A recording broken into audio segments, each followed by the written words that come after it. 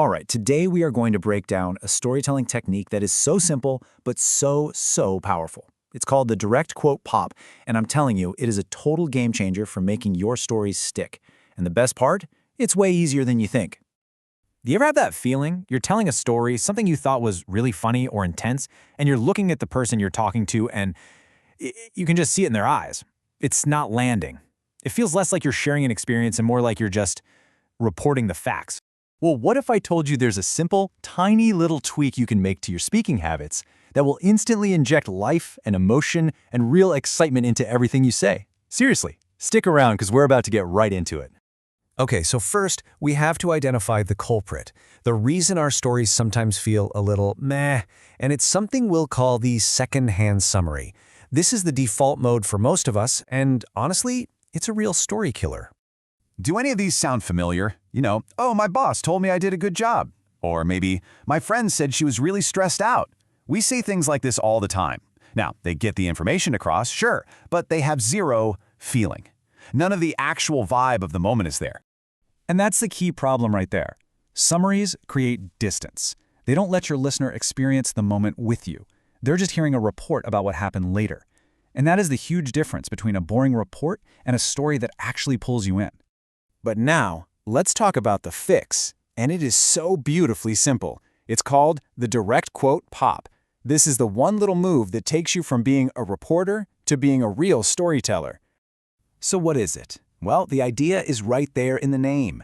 Instead of summarizing what somebody said, you use their exact words. For just a split second, you stop being the narrator and you pop into being that person. You become a character inside your own story. Just look at the night and day difference here. He told me to leave. Okay, fine, that's a fact. But when you switch to, he looked at me and said, get out of here before I change my mind. Whoa, suddenly we have drama, we have tension, we have a real voice. You can feel the energy in the room totally shift. Let's do another one. A summary might be, my doctor said I need to exercise more. It's fine, forgettable. But compare that to this.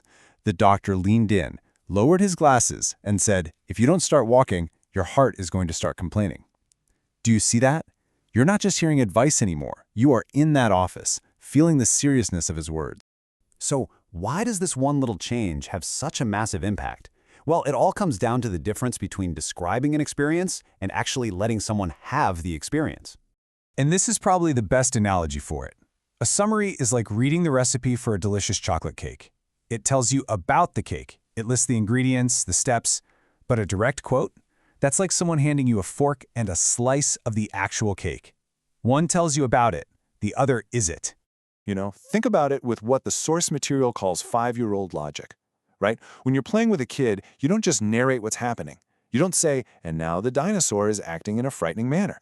No way, you make the dinosaur go roar. You embody it, you make the sound. Why? Because it's 1,000 times more fun and more exciting for everybody. Direct quotes, they're the roar you can put in your adult stories. Okay, so you get it. This thing works. But you're probably thinking, how do I start doing this without feeling, awkward? Well, let's get into the toolkit, because there are some super easy ways to get started. You can think of it like levels in a game. We'll start on easy mode with the one-word pop. Then we'll level up to medium mode with the dialogue reset. And finally, for maximum effect, we'll try challenge mode, the vocal shift. So let's look at easy mode. This is something you can literally do in your very next conversation. Instead of saying, she said she liked the gift, you just grab one powerful word she used. She said it was magnificent.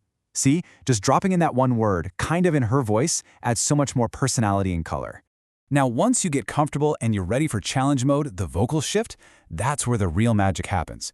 You don't have to be a professional voice actor, not at all. Just the slight change in your tone, or your speed, or your volume, it makes your story feel three-dimensional. It pulls your listener right out of their chair and into the scene with you. And that really is the whole goal here. We want to stop telling flat 2D stories and start creating these rich, immersive 3D experiences for the people we're talking to. So let's wrap it up. The big takeaway is this. Stop summarizing, start quoting. Don't give people the recipe, give them the food. Let your characters roar. And remember, you can start small. Use those 3 modes to ease yourself into it and practice. So the only question I have left for you is this. The next time you tell a story, and it could be later today, whose voice are you going to use?